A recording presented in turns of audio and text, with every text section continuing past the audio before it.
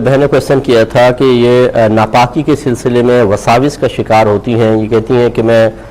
जैसे वुज़ू किया हुआ है लेकिन जब नमाज़ पढ़ने खड़ी होती हूँ तो ऐसा वसवसा सा आता है कि कहीं मेरा पाँव किसी नापाकी पे ना लग गया हो, तो फिर मैं बार बार पाँव धोती हूँ,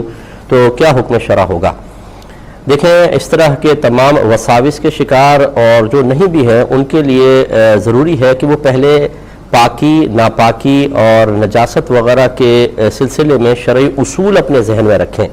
फिर इसकी रोशनी और इसके तकाज़े के मुताबिक अमल करना वाजिब समझें। शरई उसूल ये है कि जब तक आपने अपनी आँखों से नापाकी ना देखी हो, चीज़ पाक कहलाएगी। गुमान पर खाली नहीं हो सकता कि आप सोचें शायद ऐसा हो गया होगा। गुमान से कोई चीज़, किसी चीज़ को नापाक नहीं कह सकते हैं। इसी तरीके से नंबर 1 आपने देखा हो, नंबर 2 किसी आदिल शख्स ने आपको खबर दी हो कि मैंने अपनी आंखों से देखा है।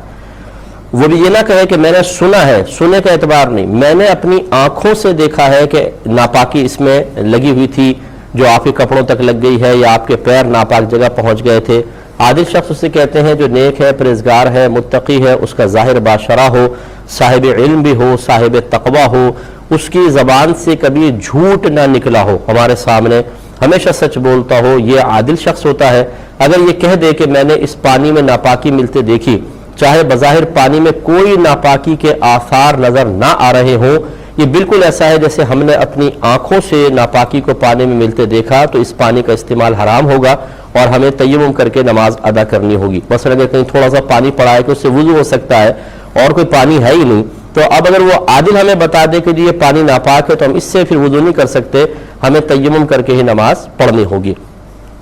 और तीसरा ये कि आपने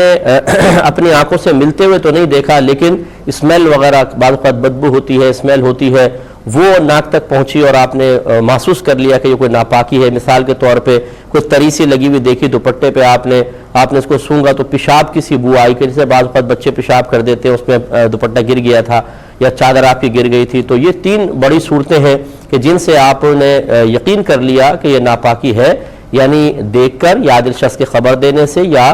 स्मेल वगैरह से आपको नापाकी की मौजूदगी का यकीन हासिल हुआ। अब तो आपको ये करना है कि उसको नापाक समझें और उसको पाक करने की कोशिश करें।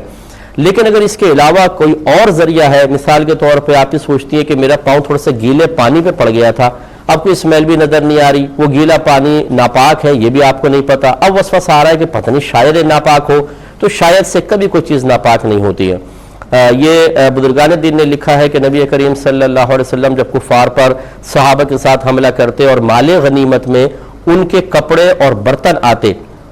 तो खुद सहाबा किराम अलैहिम रिदवान इरशाद फरमाते हैं, मुस्नद इमाम अहमद बिन हम्बल की रिवायात में मौजूद है कि नबी करीम सल्लल्लाहु अलैहि वसल्लम हमें उन कपड़ों और बर्तनों के धोने का हुक्म नहीं देते थे।